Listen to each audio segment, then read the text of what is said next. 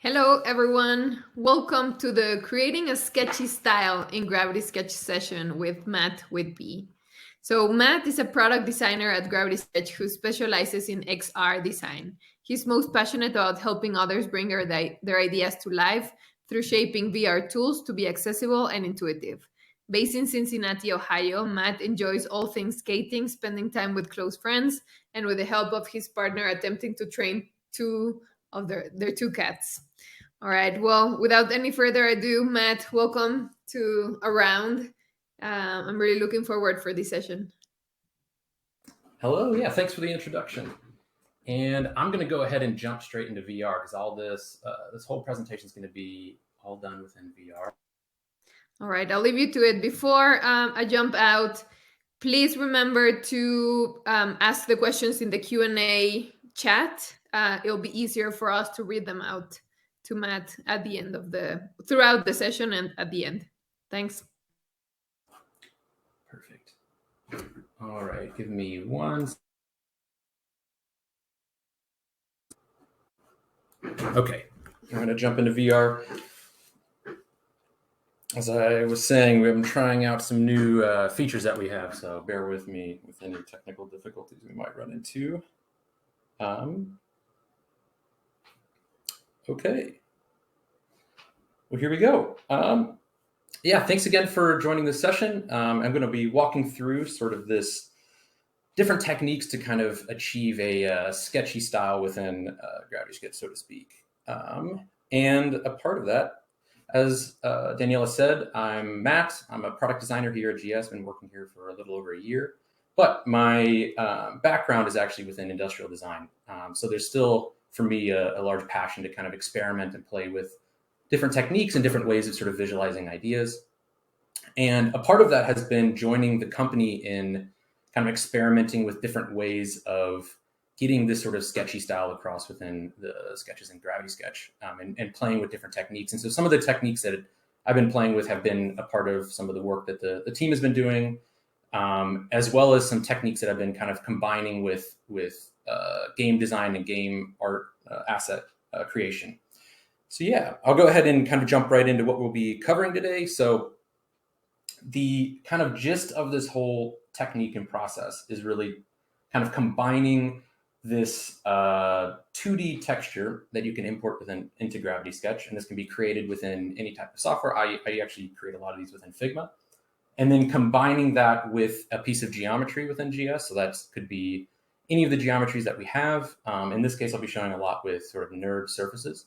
And then combining those two together to kind of produce this sort of visual effect, in this case, sort of an airbrush effect. But depending on what geometry you use, depending on what type of textures you use, you can generate a lot of different types of effects. So to demonstrate this technique, I wanted to kind of walk through a larger sort of workflow. So instead of just showing it on maybe one model, I wanted to walk through sort of the sketching process and maybe how you can incorporate this into different portions of your workflow and your sketching workflow. So I'll walk through a little bit of the early sort of ideation and sketching to starting to do a little bit more kind of refined, detailed sketches, all the way to looking at sort of how you could create a composition using these effects in 3D. So yeah, that's what we'll be covering today, and figure we just go ahead and get started with this. So if you give me one more sec, I'm going to switch my camera view over and jump into the actual demo. Here, cool. So I'll start with sort of where this whole sketch began. And this isn't necessarily directly starting from this sort of like sketchy technique, but I figured I wanted to touch on some of even the new capabilities and tools that we have with the headsets like the MetaQuest Pro. So to begin a sketch, right, you have to understand the proportion of the object that you're trying to draw. And this can be done in a variety of different ways. We have a lot of different techniques that use like 2D sketches and bringing those in. But with some of the features now available with the MetaQuest Pro, we can actually now start to actually use objects in our space to sketch on top of and kind of create these rough kind of proportional sketches. So obviously this is really kind of crude, But the idea is that this just gives me a rough idea. So like this is showing there's a stylus on the back end of this controller that I can actually draw over real world objects. And so to begin this, I actually took the computer mouse on my desk and just kind of sketched over top the mouse to try to get the rough proportion. And from there, right, I had this kind of crude line work sketch. And using this as an underlay, I can now start to kind of sketch on top of this. And this is where we can start to use some of those image texturing techniques to kind of make your brushes and your strokes look a little bit more like pencil sketches. So in this instance, I will walk through some of the different sort of images that we actually provide within our public reference images. So you can find this on your reference images tab, and we provide these for the whole community. And in this instance, if we look at maybe some of these brush textures here, we can actually, there's a little feature where we can actually grab and press and hold the color button and then pull off our color picker, hover over on our images, and then press and hold the trigger, and that'll actually grab the texture for us. Oops. Let me jump back into this layer. So that'll actually grab the texture for us. And so in this case, I've created this little kind of splotchy looking texture that then we can use to make it look like a little bit of a pencil drawn sketch. So in this instance, I'll show and where you can actually like kind of maybe mock out, you know, kind of a pencil sketch here. And then at the next stage, I will kind of walk through, now that we've kind of applied this technique, maybe we want to start adding a little bit more shading, a little bit more kind of form development, and kind of block out maybe the different materials that we're using within the sketch. And I'll showcase that. So crude little thumbnail sketch there. And so from this, what we can do is take this same technique and apply it to actually trying to sort of block out the shapes within this rough line work sketch. And this is one way that we can also kind of hide the line work behind the sketch there, to kind of accentuate different portions of the sketch. So I'll kind of demonstrate this this technique on this sketch right here. And so in this instance, to be able to do the same sort of thing, what we can do is hop back to our reference images. We can pull up the airbrush textures here. We've got a whole variety of different type of textures. And in this instance, I'm going to pull and grab this texture right here. And instead of using like a stroke, I can actually hop into the stroke tool here, and we can go into point mode, go into the ribbon stroke, and then be able to use this to kind of now start laying down the actual airbrush stroke. So I'm going to just do it again. Always forget to go to the right layer.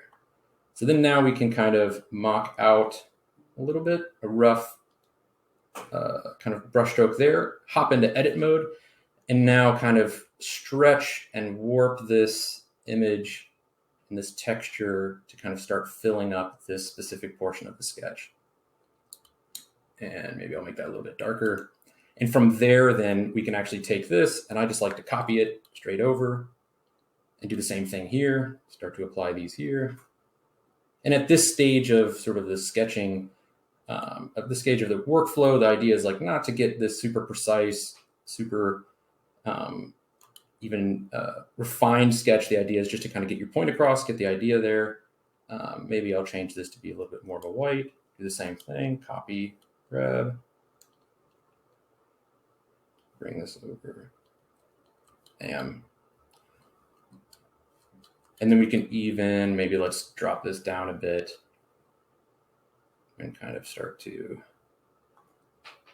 sketch out, maybe exaggerate that a little bit. And this is where, like, depending on how you apply these textures, how you kind of, the sort of textures that you use, maybe you add noise to the original PNG, maybe you add different types of even material textures to it. You can kind of achieve different types of styles, different types of sketch styles at this stage. So sometimes I like to just kind of pull that off a little bit further. Maybe make that, change that to be a little bit lighter. and kind of give a different sort of effect. So yeah, this is showing the capabilities at this stage of sort of the sketching development. Let's move on to the sort of the next stage. Let's maybe, now that we've had a design that we like, we want to move into sort of the more polished line work stage. How can we start applying this technique at that stage as well? So I'll move into sort of looking at this. So taking one of those rough sketches, created this sort of more polished line work using the stroke tool. And then now what we can do is start using this line work sketch as the basis to start kind of color blocking in the forms, and then eventually start to add highlighting to it using this image technique.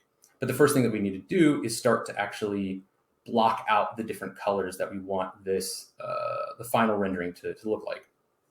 So in this instance, I'll kind of showcase here.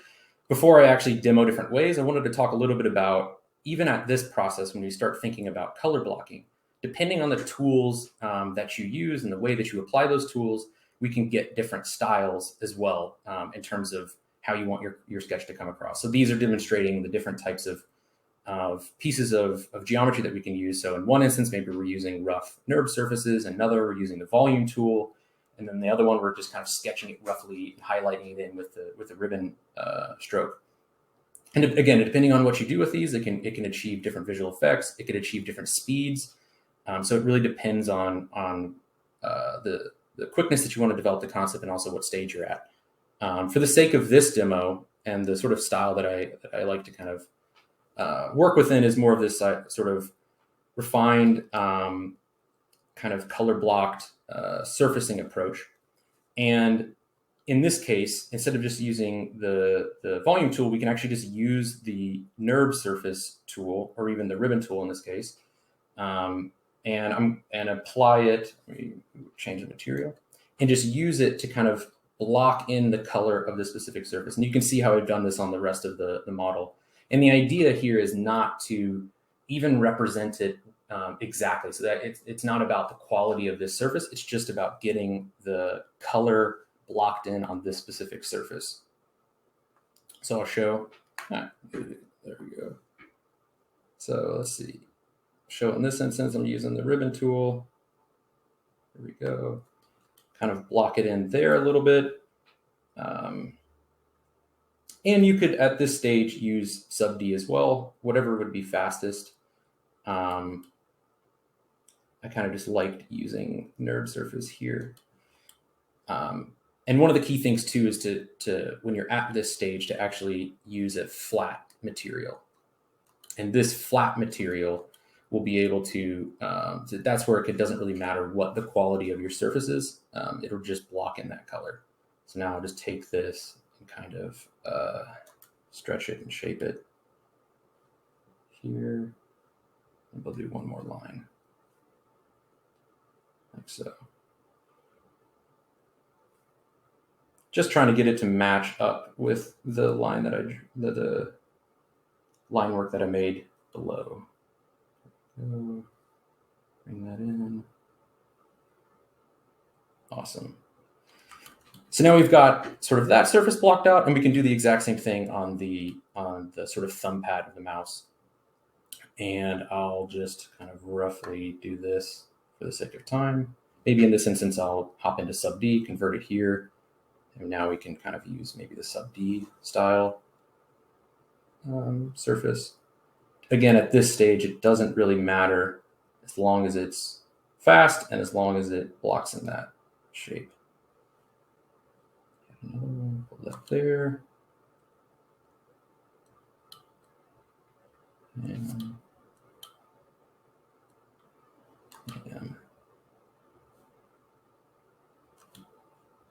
cool, almost there. Let's see, get it just about there. Sweet. So now we've blocked out this shape. And one reason why I like to use surfaces in this instance to kind of do this is you can also start to kind of color block out the different surfaces based off of where you want to sort of fake the lighting coming in from. So in this instance, I know that this surface is going to be a little bit darker, and the one on top is going to be a little bit lighter. And so that way you can kind of get that extra sense of sort of stylized realism, so to speak. And now that we've kind of walked through and actually color blocked this model, we can then now start to apply some of the detailing of the shading and highlights and maybe even a little bit of the textures. So here's sort of the model I'm working with right now. And let's now look at how we want to start beginning actually throwing down some of these highlights. For the sake of this model, what I actually went through and did is actually went through and modeled it within sub D. And the idea behind doing this was to kind of create this light study that I could use as a reference to then create my sketch off of.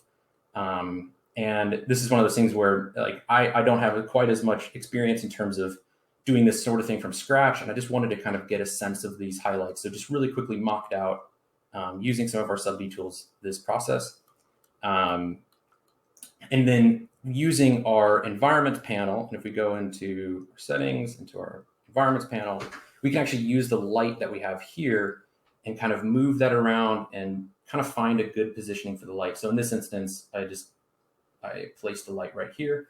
And one little thing with the light tool as well is you can actually grab the light tool, and we have this little anchor icon on the left, and this will either make it where it will follow the sketch, or it'll stay locked to the world position. So in this instance, I want to make sure this light stays in the correct position. And I'll just get rid of this as well. So yeah, now that we have this lighting reference, we can start kind of moving into applying some highlights.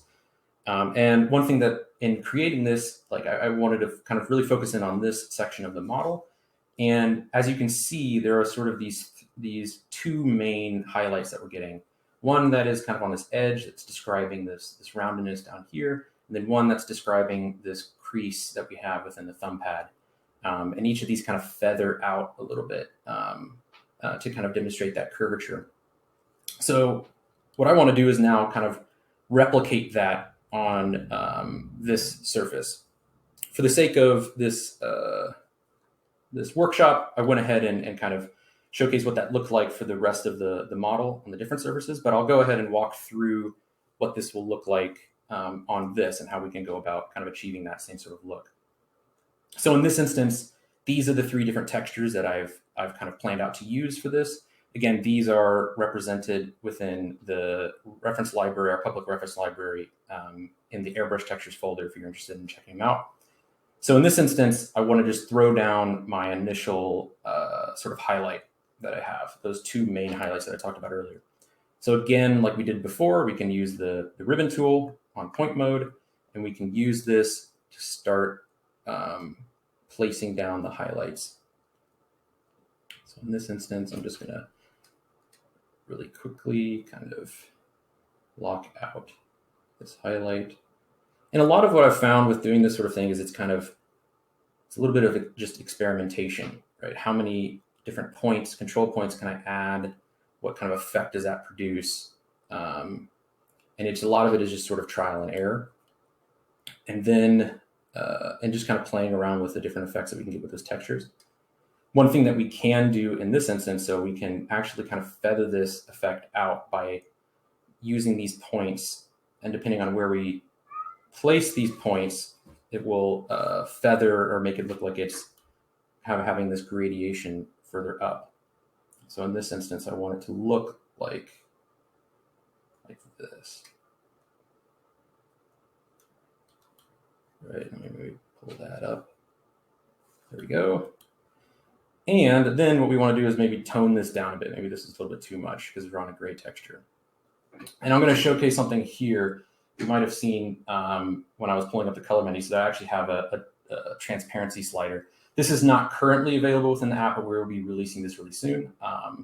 Within the next week or so, we'll have this incorporated. So now you'll be able to change the transparency of an object without having to change the layer. So yeah, this will be available soon. But yeah, so using this slider, in this instance, I hover over, press and hold the trigger, and I can move this up and down. So maybe we want to move this down to like about right there. And I'll grab this, copy it,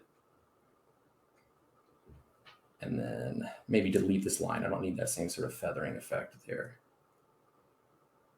Grab that. Maybe I want to make this a little bit larger. Maybe make this a little bit smaller. Bring it in a little bit closer. And then let's play with seeing what it can look like if we do make it a little bit longer. There we go. Sweet. And then we'll drop that down. Let's drop that down about there. And we'll drop this one down a little bit further. There. Awesome. Maybe make that. Just like that. And now what we can do is I'll add one more that will serve sort of as a really faint sort of radiation on the top for where the light's kind of coming in here. So kind of do this. Maybe stretch that out. Bring that up. Like so. And bring this all the way down, just a slight gradation. So there we go. Now we have sort of our highlight setup on this surface. One other technique that we can do, so let's say that this surface needed to be a different type of texture, right? We don't want it to all just kind of look like this shiny, hard plastic. And in this instance, let's say for whatever reason, this mouse had a brushed aluminum thumb plate. What we can do is actually take in and use the same sort of images. In this instance, I have this sort of noise texture that I've created. And I can use this noise texture and sort of kind of photo bash it, so to speak, into the sketch and just kind of apply it over the whole surface. And the idea here is similarly to how you would do within sort of Photoshop, you can kind of just take this image, apply it over the top. And then if we drop the transparency down just to make it slightly visible, now we can kind of fake this sort of material texture here like that. So now it kind of maybe looks like it's a little bit rougher. Maybe it has some grain to it. And so that's one way that we can kind of achieve different materials. So you could use this with any type of material. If you had a knit material, the one key factor with this is sort of feathering out the edges of this image. So that way you can pull and shape it just like an airbrush stroke. So that's one way to kind of achieve this textured look. So now that we've done this and we've fully sort of rendered our mouse, now we can sort of move into the next stage, which would be applying and grounding our sketch with a shadow. And that really helps to kind of, again, ground this sketch within our scene. And you'll see later on that also helps with the different types of compositions that we can make based off of that. So to begin, how I've kind of gone about figuring out the shadow is by actually using our lighting tool and enabling shadows here. And depending on where we place this, we can actually see how this shadow will fall on like sort of a dummy surface like this. And because what we're trying to do is kind of get this more emotional, more gestural and artistic style of sketch, we don't want to just leave it just as a shadow here. So we can use this as a reference to now trace out and start applying the same sort of techniques that we used here to kind of create that shadow. So for the sake of time, I'll just kind of skip ahead. Let me go ahead and turn off shadows again. So let's imagine that we've just done that, and now we can kind of sketch it out like this. And you can do it in many different ways. There's all kinds of different techniques. Again, this is just sort of contributing to how you can kind of develop sort of a sketch style and Gravity Sketch, depending on how you do this. One other thing that I like to do is to take sort of the same airbrush image, like this one, and then apply it underneath the sketch to sort of ground it with like a little bit of ambient occlusion. And obviously this is like really exaggerated, but it helps to kind of make it feel like it's sitting on top of this table a little bit. So this is how you can kind of achieve this sort of shadowed effect. And this is all using the same techniques that I showed before. Yeah, so from there, now we can move into sort of actually composing this sketch. So we've created now sort of this finalized render. We have a bunch of supplementary line work sketches with some airbrush strokes applied to those. And so now we can kind of use all of those to kind of compose a scene. And I'll show an example one that I've created ahead of time. So this is sort of an example of how we can start to compose this sketch. Bring that down a little bit. And it's all using the same techniques that we had before, and just applied in different ways. So we took this model and I just copied it, changed the direction, and kind of applied it like this, and then took the hand, outlined a hand, and then placed that in there to show sort of functionality. And then kind of took our old sketches and kind of laid them out in this sort of, oops, one sec.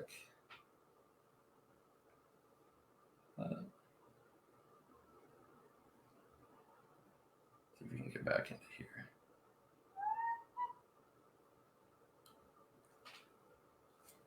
Okay, one sec. I have a lot of images in this. There we go. Okay, sweet, now we're back. So we have this composition, and what we can do is use the same techniques and kind of apply it to different pieces of geometry. So in this instance, I took this, took a NURB surface like this, and then applied a, let's show here, applied this sort of gradient texture, and then using that gradient texture to kind of give this sort of effect. And then same thing with this. So this is just a circle primitive with applied the same sort of texture. And a lot of this has just been experimentation for me, just seeing when I use these different textures, what sort of effects that I can produce. And with these sort of things, even we can start to use the same sort of gradients to kind of highlight things. And I've even used this technique to create the effect of bloom. So you can like use this with NURBs around, let's say like an automotive light or something, and be able to actually make it look like it's glowing. So there's all kinds of different ways. And this is just one example of a way to kind of showcase this. I wanted to also kind of end out this talk with showing some more examples of some different sketches. So these are from Eric Stoddard and Zofia Babkanova, of different sort of vehicle concepts that they've created. And these are absolutely amazing. We actually have these on our gallery sketch, I believe. And if we don't, I can upload those. But they use this technique to its fullest extent and create these beautiful renderings. And if you notice, like if you dive into some of these sketches, all of this is just done through like volumes and rough surfaces. None of it's actually surfaced out using sub D. And so that's what sort of makes the power of this technique, is how fast they're able to kind of produce these without actually having to understand and kind of move into that modeling phase of the workflow.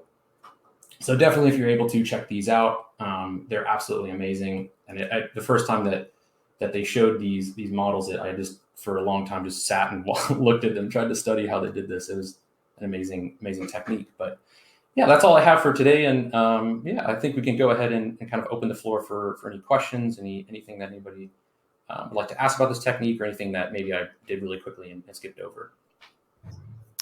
Thanks, Matt. This was super exciting to see. How to start seeing more kind of like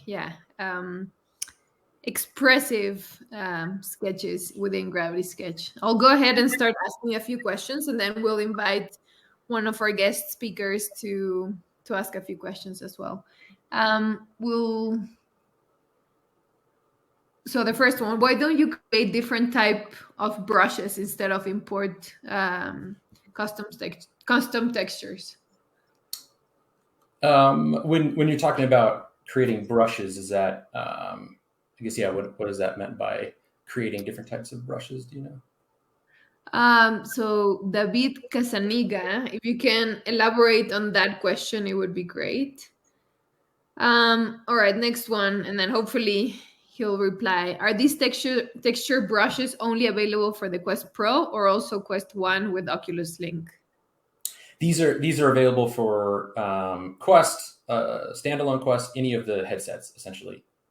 It's just using the same sort of thing that we've done before with like bringing in images, same sort of technique. It's just now using those images as textures. So yeah, it's available to all the headsets that we work on. All right. How are you extruding in sub D model? Extruding a sub D model. So let me show you. I can walk through that really quickly. So let's say one sec. Let me find what layer I'm on here. There we go. So let's say this is a nerve surface, but I'll convert it. What you can do to extrude an edge is just by grabbing the edge and then pressing the trigger.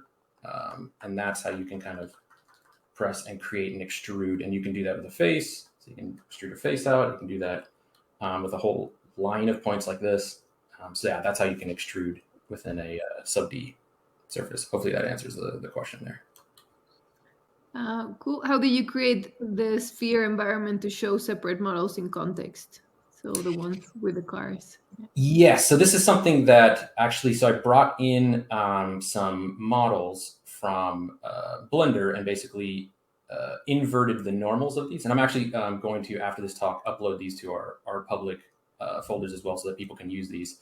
So I took this, made this inverted sphere within Blender, and then applied a texture. And based off of how this model was created, that texture kind of gives this effect, and I can change the color of this. And when you jump inside too, it kind of becomes all encapsulating. So yeah, I'll upload these to our public folders. That way everyone can kind of play with this and try it for themselves. Can you show the first part of the mouse import again? I think you used the mouse from your environment as an underlay. Yes, I'll jump. Give me one sec. Let me jump all the way back to this one. Yes. So this is a scan. So this is just representing because it's a little bit tricky to actually show the mixed reality portion of it. So this is just representing the fact that I used a real mouse to kind of sketch over, but you can use, if you can see this little pin nib, when you're on the standalone version of the Quest Pro, you can press and hold this pin nib onto a surface, and then it'll jump you into pin mode, and then you can actually use that to sketch over things. So there's a lot of really fun examples of ways to use this. And yeah, this is just one of those ways. Nice. So I'll welcome John Sands, chief designer at Nissan in Latin America, to join the conversation and ask some of the questions that I'm sure he'll have. Hey, John, how's it going? I'm doing well. Can you hear me? We can't see you. I think you need to turn I'm on your camera. sorry. I'm a shy guy when it comes to cameras. So. So, John, do you Wow. have any questions for Matt? Yeah. How long did it take you to kind of get to this level when you first used the tool? For this level, it took, I mean, I've been using it for, it's kind of hard to say because I've been using it for such a long time. And due to the fact that I work at Gravity Sketch, I use it almost every day in making, sort of product design or digital design concepts. For this one, it was a lot of just experimentation that, and just kind of playing with things. So I can't necessarily say it took me a long time. It did take an understanding of like the different types of surfaces and maybe how those images will work with those. But once that was sort of figured out, then I used the reference images to kind of build my own palette of different textures and sort of brushes and things. And from there, now it's really quickly to move to that stage. But a lot of this too is also combining some of the information and knowledge I've learned from even sort of like game development and the techniques that they use there in terms of how they, fake lighting and things, and paying attention to how people do that there, and kind of applying the same sort of methodology in 3D space in NGS. So yeah, some of that, it's kind of come from a bunch of different sources there, but yeah. But you had some, I imagine, going through as an industrial design student, as a designer, you learned the basic principles of drawing, I imagine, right? Correctly. Because Definitely, yes, yeah. by learning the basic tools like using pencil, paper, markers, things like this, understanding perspective, understanding the use of light and shading. Because I think having that really helps a lot in using this tool. But at the same time, I wonder those who haven't really learned the basic principles of drawing, how they can adapt easily to using this tool. Because one of the things that when I was using Gravity Sketch with my team, was how intuitive it was in using the software. So I was just wondering, have you ever had case studies of people who just didn't have the basic knowledge of drawing, but were able to use the tool and be able to get to a certain level that you would say would be a presentable drawing? Definitely, yeah. And there's many different ways that I've seen people sort of use the tool at that level where they don't have necessarily that experience. And actually, a long time ago, one of the internships I did, I brought this to a consultancy, a design consultancy, and was using this sort of tool. And actually, the engineers at the design consultancy loved this. They were like, we're able to now use this tool to kind of get at the same level of sketching that the industrial designers do. And so it was actually kind of interesting.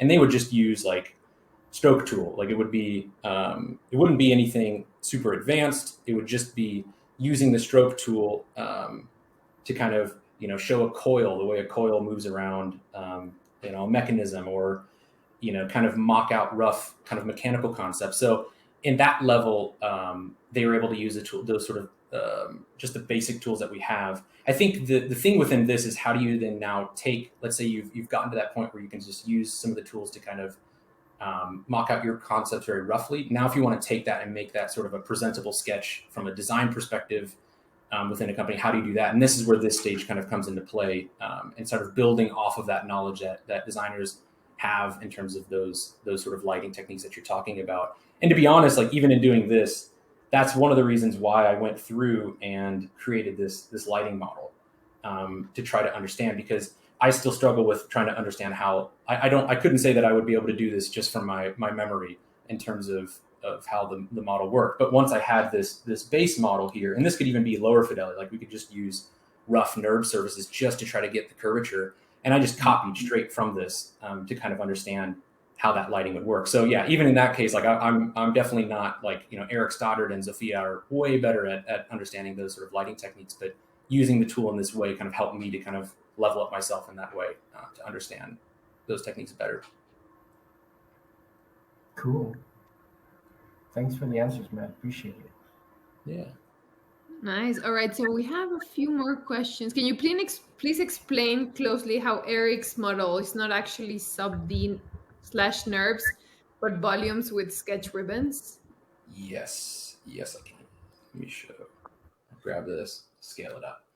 So he does use NURBS, but in the same way that I showed earlier, but and not for the sake of creating like a fleshed out NURBS surface, but for the purpose of kind of laying down that stroke. So if I just take this and start tearing it apart, right, they're all just composed of these brushes, right, these different just image layering techniques, and then underneath, using just NURBS surfaces like this, or sorry, brush strokes or volume strokes like this to be able to kind of block in that shape. So I showed one technique of being able to block in, and that was using NURBS surfaces.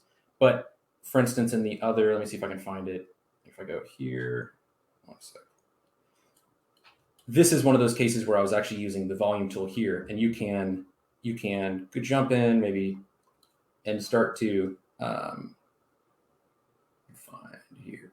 You can kind of just mock out the shape like this really quickly. So there's different people that do this technique. This is often the ones that we kind of demonstrate, but I wanted to show some other ways of doing that as well. But you kind of just like roughly kind of paint in this surface and make sure it's flat. So that's another technique. So that's what he's doing on that model, and then applying those NURBS surfaces with the image texture on top of it to kind of get that visual effect. Do you present in this gray environment because it's less distracting than presenting in one of the more detailed environments with lighting? Definitely. So in this instance, I wanted to use the same sort of techniques to kind of make it look like this is on a platform, and kind of make this more of a visual priority over the rest of the scene. So that's why I used sort of a light gradation in the environment. So that way this kind of stands out a little bit more from the rest, and I can actually use like the image textures to make it look a little bit more grounded, or that there is a flat plane. So yeah, I prefer that. It depends on what I'm doing, but in most instances, I usually prefer to have it be in more of a simpler environment and apply apply different techniques to make it look grounded. All right. I'm trying to go through the chat to see if there are any missing questions. Hey, Matt, just another question. Do you still like sketch analogically, I would say, like with pen and paper before you get into the Gravity Sketch? Or do you sketch right into Gravity Sketch now? Yeah, I've kind of like for a while now, I've just mainly sketched within NGS. And a lot of what I do on the day to day is more of the digital product design. So that's like sketching out panels or working from templates that I've made or prefabs that I've already made. But usually now I'd kind of jump straight in. If I am doing something more industrial design related, I would just start straight in, just do the rough line work like this and kind of mock it out that way. Um, from the get go, and then use that and kind of like the workflow I showed here, where we kind of use that line work to then build off of.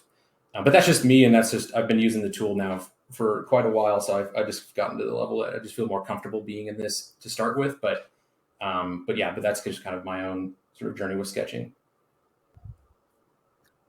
All right. Any more questions, John, from your side? I'm good. It looks great. Such a great demo, and I like the beginning as well with Matt's kind of avatar. I didn't know it was possible. So fantastic presentation. Thanks, Matt. It was awesome. Thank you. Yeah. Yeah, for those of you, there are some questions about that in the chat regarding like showing your like seeing your hands in VR. Now you're able to turn on, and we can share some more information about this.